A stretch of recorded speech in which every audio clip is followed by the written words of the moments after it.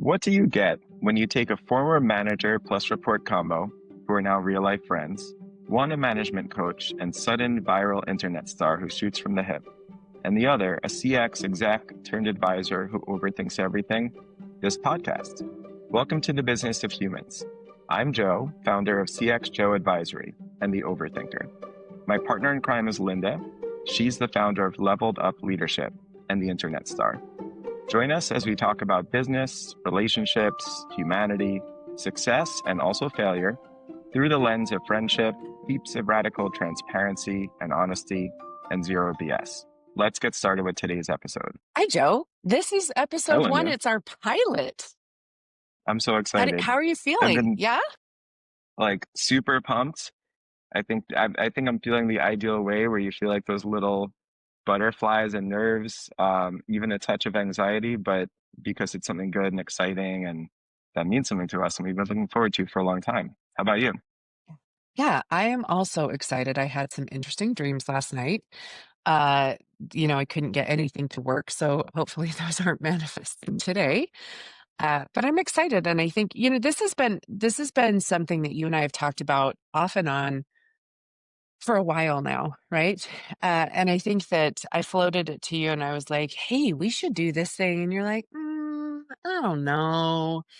And then I kind of given up on this idea, right, of a Hmm. podcast. And I continued to kind of get hit up through my social media platforms of like, when are you going to do a Hmm. podcast? When are you going to do podcasts? And I was like, oh, it'll be when it's right. And I think that you're like, okay, let's do it. And so I was like, I all was right, gonna let's say, do the and then thing. who came crawling back to you?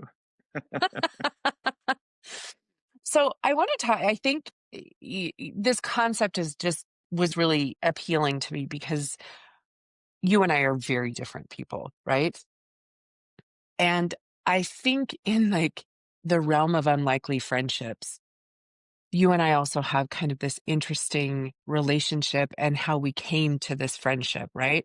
So we were both working for, I was working for a New York startup and it was kind of like the rising star in New York startup world. Do you think you can say the name?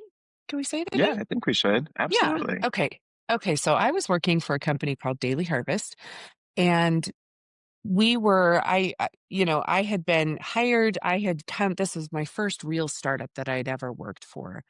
And I was living in Utah and working for a New York company, and I was building remote teams and doing things. And the, they brought you in. They brought you in to come in and oversee the CX department, and it was total news to me, right? Like it was total news to Hmm. me. And one day we may even unpack like the LinkedIn exchange, our first LinkedIn exchange. I was, I was looking forward to that. Not an ideal dynamic, by the way, that probably either of us would recommend if we were opening a business to have somebody join and first, meet the team and their number one partner and deputy after getting hired. But like you said, we could unpack that another time. We were both doing the best we could with the circumstance. Yeah, it was. So we were kind of forced together in this environment. And, as I reflect back on it so much, and again, we can unpack this in another episode. What a great time for you to come in with your expertise, and what a great time for me to kind of balance that, right? I felt Mhm. like through our whole tenure at DH, I felt like there was a lot of balance that happened between the two of us, right? And Definitely. so we met, we didn't always see eye to eye, right? There were a lot of times that we were just like, like, like at the end of our rope, and we didn't always see eye to eye. Tell And yet everyone we how you still really came, feel, Linda. we came out on the other side, right? Hmm. And then, I went my separate ways, you went your separate ways. And then we formed this friendship, right? Like we formed Hmm. this great bond that I think was probably always there. It was just we were allowed to have it now versus like, Hmm. okay, well, I'm your direct reporter, you're my boss, or these types of things. What insight do you have on that, Joe? Yeah, well, the first thing I was going to add is I remember feeling like the moment we weren't in that construct anymore of manager and report, pretty much like a pin, popping the balloon in a good way. Like the pressure sort of came right out. and it just instantly felt way more comfortable. And I think there's probably different reasons for that, but I think to look at it in both an accurate and positive way, and we could unpack the most awkward or horror stories. I'm using air quotes another time. No, I think if you look at that in a really sincere and also positive way, it's because over the couple of years that we were in that partnership and running this awesome department, we went through a lot. And by the end, it was very much a partnership. And it was more like peers co-running the department. Like you say, we each figured out what we brought to the situation. And, appreciate your little subtle shout out there, a couple of minutes. I mean, I think that when I joined the department, the things we achieved the next few years were great. And I'd like to think that I had an impact on that. Having said that, Absolutely. as months and years went on, I became more and more hyper aware. Those successes weren't going to be happening without you there. So it was sort of that, I think, ideal partnership of me sort of setting the bar, higher for the department and sharing some thoughts that you could say are either were exciting and kind of visionary for the department, but also sometimes are really hard to make sense of, lacked detail, connection to reality. Also, my sort of infamous, bar to get to perfection and 100%. Some people are really motivated by that. I think for you, Lynda, you just had a really mature way of dealing with that, and sort of always bring me back down to earth, adding the right seasoning to my ideas. And, I think one thing that we both always remember fondly and look back on, I think, is probably our first in-person conversation. You took me for that welcome tour. What did you call it? Yep. Like the 10-cent tour of Salt The Lake dime City? tour. I took The you on the dime dime tour tour. of Salt Thank you. Lake. Yep. Took me on the dime tour. And so this is something that Lynda said to me. No other report or just kind of partner at work has ever said anything like this to me. And you said, I'm going to paraphrase here, but I'll get pretty close. It's basically like, hey, boss, I could tell we're not always going to agree on everything. We will sometimes, but we won't always agree. But what I'll commit to you is I'll always have your back. I'll never speak negatively, to others or in public about your ideas or about you. I'll always have your back. I'll support you, and you have my word on that. And I remember being really struck by that and like, wow, that's you don't hear like a proclamation like that every day.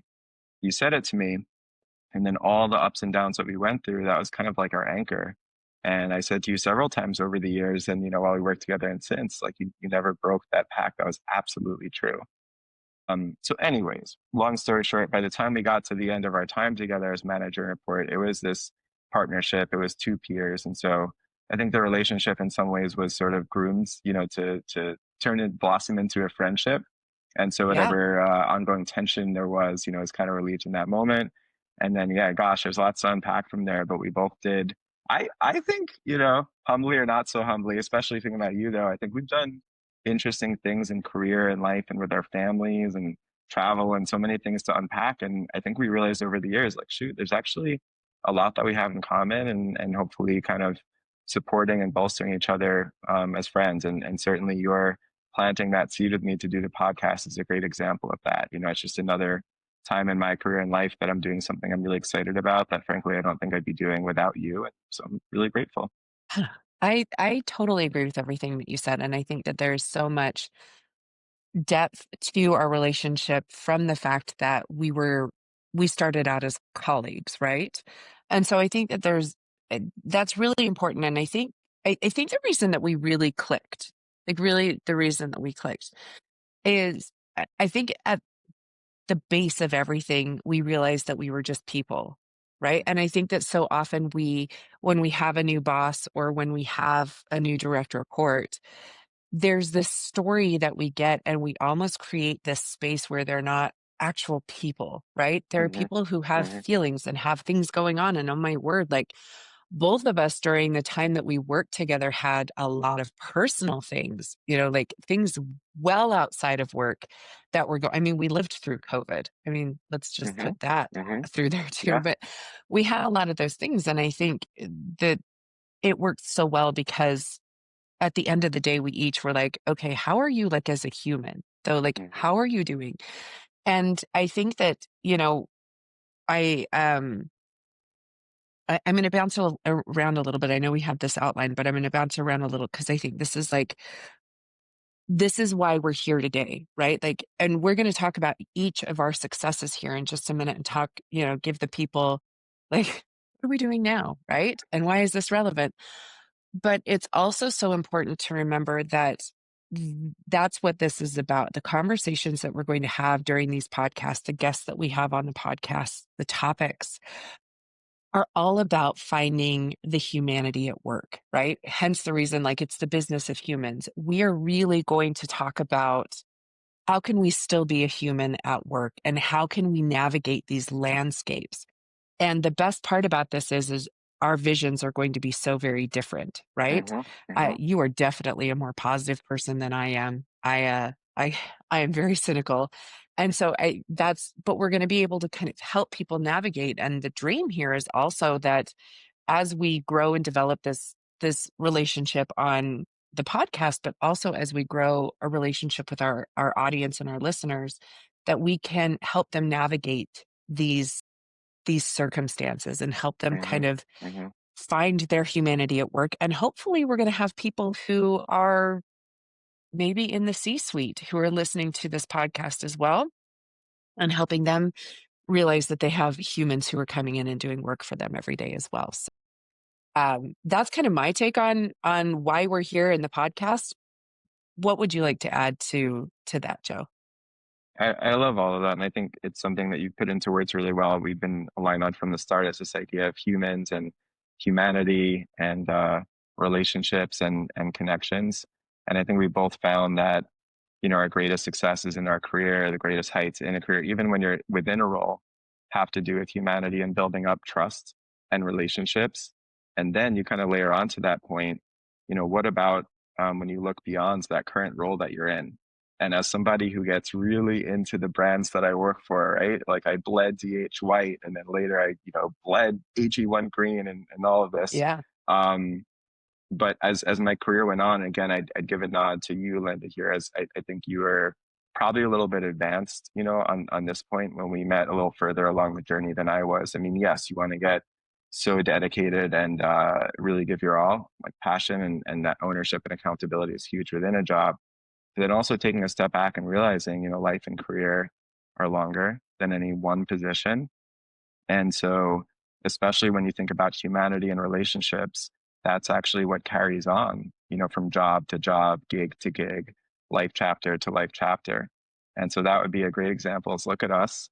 And you knew I was going to take it here pretty early, maybe not in episode one. But I think, when I think about reasons that I'm hopeful this is interesting for people, I mean, first of all, I hope it's really fulfilling for me. And again, we're going to lean into radical honesty and transparency. I mean, part of why I'm excited is because it feels fun and fulfilling and exciting. You have one life to live. You should do stuff that challenges you and it's fun and exciting. And so I'm going to, stick to that. But also, I've gotten feedback over my career. Hopefully, people find my perspective valuable. My confidence in that probably wouldn't have reached a point of wanting, being confident enough to do a podcast. But then I look at this sort of like very corny 1+1=3 kind of dynamic. And I hope that's true in our case. I mean, first of all, Lynda, and we'll talk more about your recent successes and career, but you've really proven out this reality that people very much care about your perspective in good numbers. And I'm really proud of you as a friend and a peer.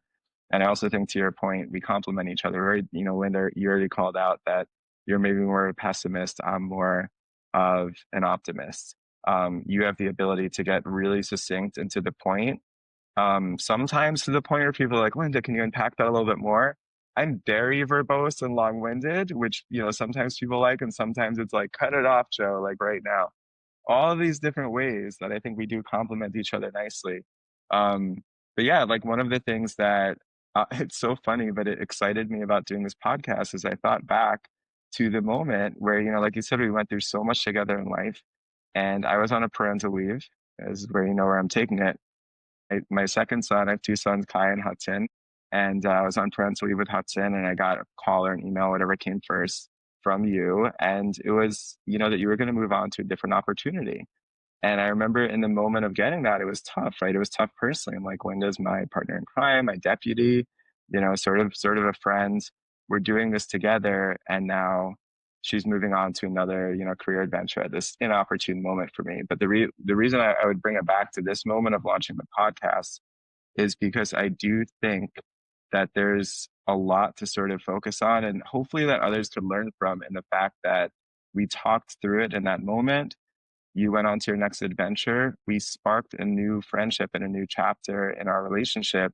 And we're here several years later. So a lot of people who I think don't value humanity and relationships and connection and might have a shorter fuse, one side or the other would have been like, good riddance in that moment, right? Like, what a perfect opportunity to just kind of shake hands and part ways for life. But we saw more to the relationship, even though that part of our journey had ended. And ultimately, I was proud of you and happy for you. And even beyond that, it's just life, right? Like there's different chapters to life. And just I think the fact that we're here together today launching this podcast is a great case in point to focus on the relationships and that those are the parts that are actually gonna again carry on to different phases and chapters of career and life. So I love that. Yeah. Yeah. And we will have a whole episode dedicated to that and like all the things, right? So Joe, let's talk about, so we've talked a little bit about our past. We're talking about, you know, why we're here, right? But let's also talk a little bit about kind of where we are professionally, personally, those things. And again, I think this helps bring our stories to light, but also solidifies kind of, yeah, okay, we had this past relationship, but what are we doing now? So Joe, tell me a little bit about what's what's cooking, like what's in the kitchen right now for you. Definitely. Thanks, Linda. Can't wait for your section. But for me, it's been a really exciting and fulfilling several months. I launched my own CX advisory, one person shop here. I called it CX Joe. And this Love, is I sort of love that, by the way. Like I know that you got a lot of feedback on that. I really appreciate that. The no, title. I love it and I love the support. And I think for you, Linda, and for everyone who's pretty close to me in my life knows that it was a little bit of a push to myself to sort of lean into being an entrepreneur, solopreneur, what have you, and leaning into, you know, forming a brand, my name. My whole life, I have a name like Joe. It's such an average name, Joe from New York. It's ridiculous. And then what have I chosen to do? I don't know, for some reason, I got into this game. I'm obsessed with customer experiences, right? So I'm a guy named Joe who loves CX, and I just decided, um, as it were, Linda, and I think you've had moments like this too. I mean, I was traveling with the family, which is again something we'll talk about more, like kind of balancing family and travel and adventure and career. But I was in the lovely country of Montenegro in Europe. It's near Croatia. Highly recommend it. And you know what? I was just coming off about a year as VP of Customer Happiness at AG1. And I know we'll kind of keep unpacking our whole career stories. We talked about Daily Harvest, and I was head of CX at SeatGeek and some different brands that I'm really proud of. It was a 20 plus year journey. And for me, I was reflecting on this year at AG1. And I'll say, again, humbly and honestly, it was an interesting moment for me because when I joined AG1, I thought this is the perfect job for my niche career path. And the brand is so strong. And I so admired the CEO, and I had all these visions of how it's going to go. And it was a mixed year. I think I was coming to terms with the Yep. fact that rolling out the same playbook and being in the same role at brand after brand, it wasn't completely filling my cup anymore. And it was in a way, a tough realization. And so I was doing this Yeah. sort of soul searching, and people have needled me about it. Like, Joe, what was your Eat, Pray, Love moment? I don't even know if I've ever watched that movie start to finish. I feel like I need to now because apparently I had an Eat, Pray, Love moment. And I just decided I need to do my own thing for a while. I need to lean into these, entrepreneurial streaks that I have. And also, what I was really seeking, Linda, and again, I think you could relate to this, is I was seeking diversity, and every day, Yeah. every week, every Yeah. month of life and career, I had a vision, for waking up like a few months in the future and being able to kind of dip and dabble into different industries and companies and projects and perspectives every day. And it filled me with hope and excitement in a way that I hadn't felt in a while. So I literally for some reason, I just thought, and you know what, Joe, if you're going to do this, and like, this is both of our season of yes and new adventures, right? And it kind of started then. Yes. And I Yes. was like, well, in that case, just lean into it. Don't be like cxconsultant.com. I'm like, I'm CX Joe. And for some reason, Yeah. I like pulled out my phone watching my kids play in Montenegro, bought the domain, kind of haven't looked back. And so what I'm up to now is a combination. I mean, I have this going on as an example. I'm kind of deep diving and consulting with a conversational generative AI company in our CX space, which is one of those DGAT areas for me. Then at the same time, I'm speaking to people both in the US and internationally for a solar energy company I just engaged with. There's been this amazing world-class hair care and skincare customized Amazing. brands kind of able to every day is bringing that diversity and adventure and perspective. And I'm just trying to, I guess the through line is with all these different companies, I'm trying to bring that experience to bear of what do world class customer experiences look like. Why is it Yes. important for any organization? How do you make your CX a competitive differentiator and not a cost center and reactive, Yep. but a proactive loyalty and revenue, generator. So it sounds great to everybody, and they're like, what does it take to get there? What are the steps? And that's where hopefully I could come in and be of some help. Yeah. Um, And I think but like, I go ahead. Sorry. I had something I was going to compliment you on. well, I guess I'll take that first. I'll always take a compliment. I was going to say, and I think the thing that you bring is also, we hear companies all of the time talk customer centricity, right? Like everybody loves that. And you know how I feel about a lot of buzzwords, right? She But loves them, by the everybody, way. I Absolutely loves so them. much, I love to tear them apart. But, everybody always like, oh, customer centricity, customer centricity. And the thing that I think is missed so often, and I think the thing that you are really good at and you really understand is that your frontline people, your people who are in your CX roles, those are your internal customers, right? Those are your internal customers. And if you're going to preach customer centricity, you better be taking care of those people because they're the ones who are talking to your customers and keeping your brand alive and keeping your doors open in so many cases. And I think that that's the thing that so many people in your spot. And again, I think why you and I like connected so well because I was Hmm. always like, no, we've got to protect the people, and I never had to Hmm. fight you on that. I never had to fight you on that. Um, and you were always like, yeah, we've got to take care of the people. So when I think about like you going to these other brands and teaching them like, hey, these are good practices. These are standard practices. These are new things that we can try. But the thing that I like and I know will be at the center of what you do is taking care of the people. Um, and I just wanted to put that in about you. No, I appreciate that deeply, Lynda. It means a lot. And I think a lot of what that speaks to is just really, really focusing on empathy, really putting yourself in other people's shoes, whether it's, your reports and your team, other partners internally, or the customer, and actually caring about the experience that they have deeply. I mean, honestly, I think that's what has gotten us through, like all of the moments in our relationship. Again, even harkening back to when you parted ways with DH, it's like, oh, that sucks for me. You know what, y'all? If you take a step back and you put yourself in the other person's shoes and realize, like, hey, this is a big career moment for Lynda, and I'm happy for her, or it's someone on your team, it's time for them to flex their muscles, rise on the team, maybe even go to a new team, right? And support the Yep. company in a different way. Or again, thinking about Yeah. that customer journey. So I think we'll unpack that a lot more. And like you said, even though we had our different styles, it's something that we always found common ground on is taking care of the team. And I hope all of our, teammates and reports would agree to that.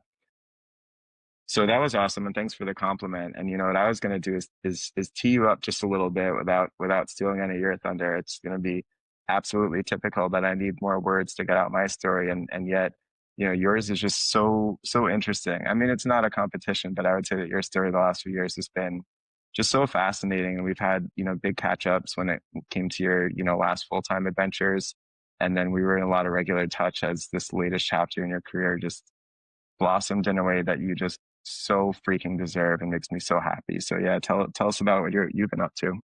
Well, thanks. If you would have told me 18 months ago, this is where I would be, I would ask if you were on drugs. I'd be like, there's something, there's something impeding you here. So yeah, I have had a very, I would always tell people and I would talk to, agents and agents would be like, well, how did you get to where you are? I mean, you're so successful. How did you get to where you are? And I was like, let me tell you, it was not linear. And so much of my career was me dabbling, right? Like I would dabble here and I would dabble here. And I would tell people, I'm like, listen, I've worked retail. I have worked, I Yeah. did medical Amen. recruiting. I've done Hmm. software sales. I've done so many things. I've worked in food. I've worked in homeowners insurance, like all of these kind of, you would look at me and be like, does she have any kind of direction? Right. But for me, it was Hmm. always, what I always came back to was the customer experience.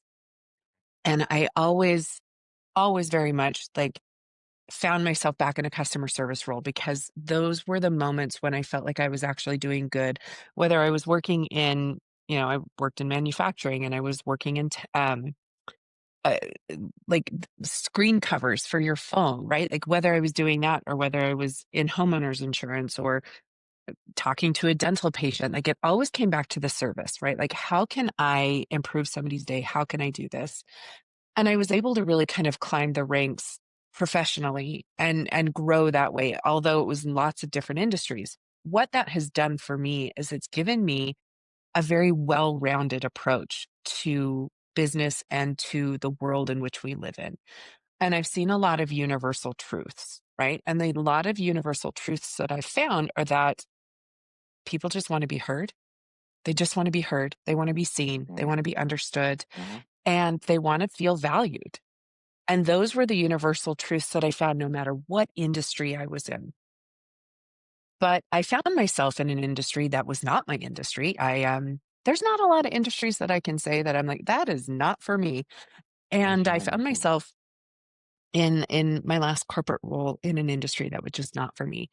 And I've shared this in a few different places. I was so flustered because I felt like I was in such a good place. I felt like every move in my career had led me to this job.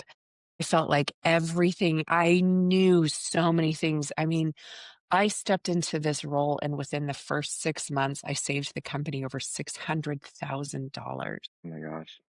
right? Like It's amazing. that's a Yeah. huge Talk about savings. immediate impact.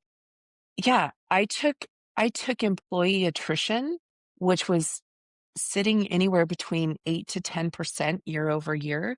I took it to under 1%. Mm-hmm. These are impactful changes that I made, but I was miserable. And Hmm. I felt like everything that I was doing was being questioned. I felt like I had handcuffs on. I couldn't do anything within my department. And yet I was being told, well, you're the head of the department, make Hmm. these changes. And I would go to make changes and they're like, well, you can't do that. And I'm like, I'm so confused, right? And Right. I was miserable. And I also recognized that at the time I was misaligned with my leadership. Mm-hmm. I was very misaligned with my leadership. And Joe, you know that as a manager, as somebody who runs things pretty efficiently, you can pretty much give me a project. You can say, hey, here's this. You can give me bare bones and I will fill it in and I will just go, right? Like I will just chase after it until we make it happen. And I just didn't, I felt like, no, here's the project, but now you have to do this step, you have to do this step, you have to do this step. Like you can't, Hmm. and it doesn't matter what your expertise is. It doesn't matter how knowledgeable you are. You need to do it this way, and this way. And not because it was like a compliance issue. It Hmm. was because that's how I like it. And I really realized that I was misaligned with my leadership, that Hmm. I had tapped out with my leadership and I just couldn't do that. And, I was given a lot of guidance that I was just like, I can't believe you just said that to me. We had employee surveys Hmm. come in and we had a negative employee survey on my team. And the guidance I was given was, I'll just figure out who it is and get rid of them. And I just, Wow. instead of us trying to figure out like, oh, we need to go and figure out how to do this, or and instead of me sitting and reflectively going, okay, what can I change? Like, how can I improve this? It Hmm. was figure out who they are and get rid of them. And that was the moment that I had where I was like, oh, you don't, this isn't proper management. This is not how we Mm. should do things. And so, and again, It's we a tough can talk moment, about right? It's a it sucked. when you It get to that and you realize sucked. kind of that you're at a deeply felt or kind of core misalignment. And especially, thinking about all the areas that you're passionate in as leaders, right? Like we care so deeply about empowering others. And when you feel that lack of support and empowerment, it could hit hard even as a senior leader. Yeah, and I think it just made me check out too, right? Like, Yeah. it was Yeah. making me a worse leader, and Hmm. I think I'm pretty good to work with, and I was just like, "I can't do this." So, I was literally living in an Airbnb because I had just moved back into the country with my family. Yeah. I I was remember living in that. an Airbnb. I didn't have a permanent place to live, and I, like, quit my job without a plan. And again, very type A, very much always have a plan things. And I just quit. And I decided to go on this journey of I'm going to help managers be better. I'm going to teach people how to be a manager because everybody has this idea of like what leadership is. But I kind of think that it's very difficult to be a great leader if you don't know how to manage things. Yeah. And so I went on this journey and I started my own company and partnering with companies to try and train their managers, but I just wasn't getting the same level of traction that I was hoping for, right? Like I was like, this Hmm. is a good idea. And I wasn't getting that same market validation. Hmm. Hmm. And so in like April, May of this year, I went to TikTok Hmm. and I was like, that's it. I'm going to teach people whether they like it or not, which again, if you know me, checks out. Just Uh, in a way, you figured you're going to go even more directly to your target customer, to the people themselves, right? Which is yes, yes. powerful. I was trying to find people who knew that they needed help. And I went to TikTok and I have seen really impressive growth through social media, right? I've got combined total. I'm sure by the time this airs, we'll probably have over 700,000 combined total between my platforms of Amazing. followers who check in and want to talk about work and want to talk about how can we get better at work or how can we survive our jobs, right? I'm still floored by And it. it's I'm not so surprised, but it still floors me. And I'm so excited for you and all the people who are getting this help and advice and benefiting from your wisdom. And a lot of times they don't even have to commit to anything or pay. And I'll let you tell it. But I told Linda, and I was actually telling my wife too. I was so excited about it that I dropped into one of your TikTok live sessions the other night. And anyway, I don't, you should tell your story as you see fit. I'm just oozing with excitement because I'm fresh off that experience and just seeing the way that people are engaging and you're just like literally answering as many questions and helping as many people as possible. Like, how many people could you help in an hour, kind of thing? And it was very, very, very cool to see and inspiring, honestly. Thanks. I'm always really floored after those because, you can see the numbers as you're watching the numbers. And I typically have anywhere between like 150 to 200, sometimes 300 people in the room at one time, which is Hmm. kind of bonkers when you think about it. Yes. That's a movie theater. Like it's a movie theater full of people. But I don't feel the pressure because I'm just looking at my camera. And aren't some of those people staying like most or all of Yeah, the time, which I think is the biggest compliment? I do have people who will stay like for the full. I usually go on for about 2 hours because I try and get to as many questions as I can, and I try and help as many people as I can in those moments. Hmm. But the other day I was looking at the analytics, and it was like 11,000 people had filtered in and out of my room. Um, and I just think like that's the impact that I hope to make with people. I hope that if somebody comes in and they're like, what do I do with a boss that's bullying me? That I can help guide them through that. Or if they're like, how do I get credit? Or how do I get a raise? Or how do I navigate the politics? Which I think is really exciting. These are the questions that I get. And you and I have got so many good topics coming up in future episodes where we're going to talk about like, how much of yourself do you bring to work, right? Or how do you navigate these situations? And again, with the fact that the two of us have such different perspectives, it's going to be so impactful for as many people as we can think of, um, because they're going to get the help that they need, right? And they can come in and get both of our perspectives and talk to somebody whose career, I mean, your career has very much been like this, right? Like since you started, it's very much been like this, and then mine's been like this, and so they can, Wait, for hopefully anyone we could listening capture all the and people. not watching, Lynda did an upward thing with my career and a zigzaggy thing with her career. Which even but the through line, the trend line in your graph was still upward. But I appreciate your point, and hopefully that'll be interesting as sort of the different paths to get from point A to point B and both be in a place right now of empowerment and success. Yeah. Yeah. So anyway, I think should we tease some of the topics that we have coming up in future episodes and talk a Yeah, little bit about kind of what the future looks like? yeah, that sounds great. That sounds great. What topics are you most excited for future episodes? I have a few that I'm really excited about. Yeah, I have, what you mentioned before of bringing yourself to work. Excites me, and it just gave me a flashback, Linda, to when I was listening to one of your guest podcast spots a month or two ago, and connecting the dots. It's probably part of the reason because I texted Linda after I said I found that so compelling and did such a great job, and I guess it kind of helped to nurture that interest, or nourish that seed to maybe get on and have some great conversations ourselves. But I think that topic of bringing yourself to work, and we kind of went across both of our careers from that being taboo, and of course you don't. I mean, you're just you're punching into work, you're doing your job, you're going home. And then we lived through what I think overall was a really exciting sort of phase or transition, at least in the sort of growth companies and mature startups that we were working in at that time. And then suddenly it became bring your whole self to work, bring 100% of yourself Ugh. to work, and that should be, the gold standard. And I remember grappling with that as a team member and also as a leader. And I'm like, well, if I bring 100% of myself to work, I mean, I might get fired within a week, not because I have like darker secrets than most. But if, I'm hanging out with my best friend of 25 years and we're just kind of shooting the breeze and, talking with no filter on, like that's not the same self that I could or should bring as a leader of a department, at a hundreds of millions dollar business, right? And so to sort of allege or set the bar that should be the standard, and I should be bringing 100 point, so I always found that actually really interesting.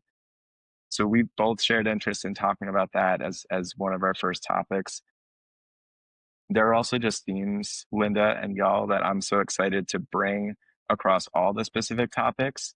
And so, like we said in the intro, just bringing this sort of radical transparency and honesty and like just cutting through it. And at the end of the day, it's probably part of what excites both of us, what we're up to in our career currently, is we don't have to have as much filter or sugarcoating. We don't have to do as much of convincing other people why our thoughts We'll just actually say the thoughts and do the thing. So, I want to kick it over to you to talk about other specific topics you're excited about, but I definitely want to sort of promise to everybody, like we're going to be bringing it in terms of Yeah. honesty, transparency, vulnerability, also as humans and as leaders, which I hope people will relate to. But what else are you excited to talk about? I'm excited about helping people navigate the workplace, I think in general, right? Hmm. There's this idea that we have to give and give and give and give, Yeah. and it's just put your head down, just work, just accept what's handed to you.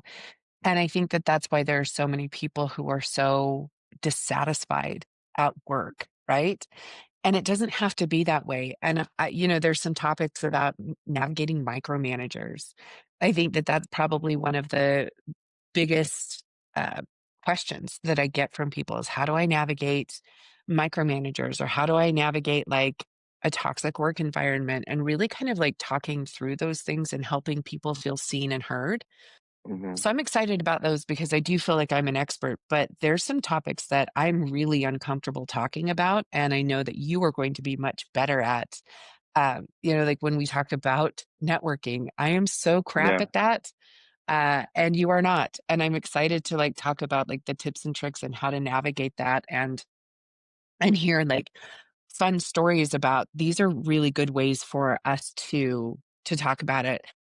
There are other topics that I'm uncomfortable talking about, but I think are so necessary when we talk about Hmm. like what's it like being at the head of the table and having to make tough choices that suck, right? When you are staring at the balance sheet and you're going, I can do this or I can do this. and both of them are awful options, right? And I think Hmm. it's Hmm. also going to help create, as much as we want to drive like this idea of humanity at the like the entry level or our mid level, it's also about like, let's give a little bit of grace to the people who have to sit at the top too. Because although, we can make fun of all of like the billionaire CEOs and be like, "Meh, they don't have a head in reality." There are a lot of people like you and like me that are sitting at the head of the table, and we have to be like, "Oh, I have to make this hard choice. I have to do Yeah. this thing." And we are not looked at like we are humans either. And how can we, not only can we give grace downwards, but Yeah. how can we give a little bit of grace upwards too? Because yeah, they might make the big bucks, and I promise you, for some of the things that we do, it's never enough. Like, it's just not enough.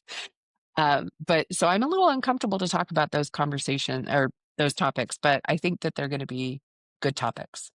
Yeah, I appreciate that point. I think hopefully between the two of us, we could bring a lot of perspectives and kind of honor all of the perspectives.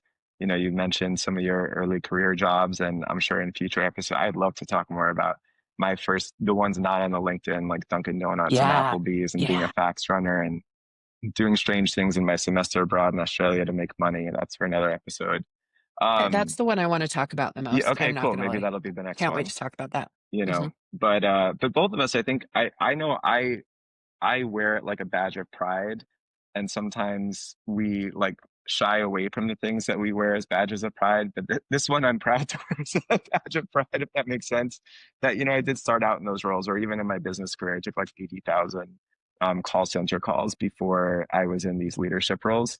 And then you fast forward to being, I don't know, like at the offsite, the executive leadership team offsite at AG1. And what was that like? And we're not here to violate any employment agreements and give away trade secrets. Yeah. But what we can do in a more general level is give perspectives from all levels. And, there's always this dynamic of you want to be in the room where it happens. It's like from Hamilton, but it's just a very universal point. Like, gosh, do I want to be in the room where it happens? And then it's kind of a joke amongst leaders of like, do you know, now that you see the way this sausage is made?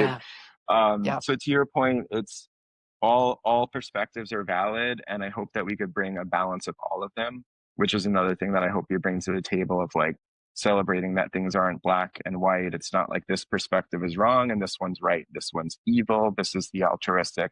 Usually it's a little bit more nuanced than that. We can kind of give all those perspectives and unpack all of it, which I think is exciting. Great. Well, I guess this is the end of our pilot episode. And so I think it went well, and I'm excited for our next one. So, any parting words, Joe? Anything any wisdom you want to give the people before we sign off? You know what? I just want to comment on something that I think has me the most jazzed doing this with you, Lynda, and kind of recording the first episode. A lot of times I think about what is a greater, I have to take it to like the highest level. I do Yes. think about purpose in life quite a lot. There's a day to day, there's like a million tasks, that we're all like chasing or crossing off the list every day. But I am someone who, for better or for worse, it doesn't always feel like a positive attribute being inside my head. But every day I spend some time thinking about like, what am I doing though? Like what's the purpose of all of this? And listening to you was really cool and refreshing for me because I think you're somebody else where, as corny as it sounds, at the end of the day, it's like we've been in all these jobs, the industries, we do get into the cause, the mission, the product, and it's fun too. The logo, all of it. But at the end of the day, I think what motivates us the most is like passing something on to the Yep. team, the Yep. greater team, the figurative team. Whether it's like the next generation, which makes me sound so old, or doesn't. It's not really about age though per se. It's just about like as we go on in our journeys. And I feel like I've been blessed with, sure, I've worked hard and made some good decisions, but I think way more of it has been privilege, like levels of Hmm. privilege in my end, levels of luck, and I'm really, really grateful for all of it. And what motivates me or feels like worth it to jump out of bed is like we do some tiny thing to kind of, share that wisdom and help others. And so the work you're doing currently is just so directly getting right at that. So I want to ride that wave with you, and like we said, hopefully complement each other. And again, it's a mix, and kind of celebrating it's a mix. I think it's going to be fun, which is important. But I also think that hopefully we'll be able to give like a teeny bit of that luck and success and fortune back to others, which is really exciting to me. So I can't wait to dive in and do more of that with you. Amazing. I'm looking forward to it as well. And so for anybody who stayed till the end of the podcast, thank you. And Bravo. I guess we'll catch you on the flip side, right? Yeah, can't wait. See y'all next time.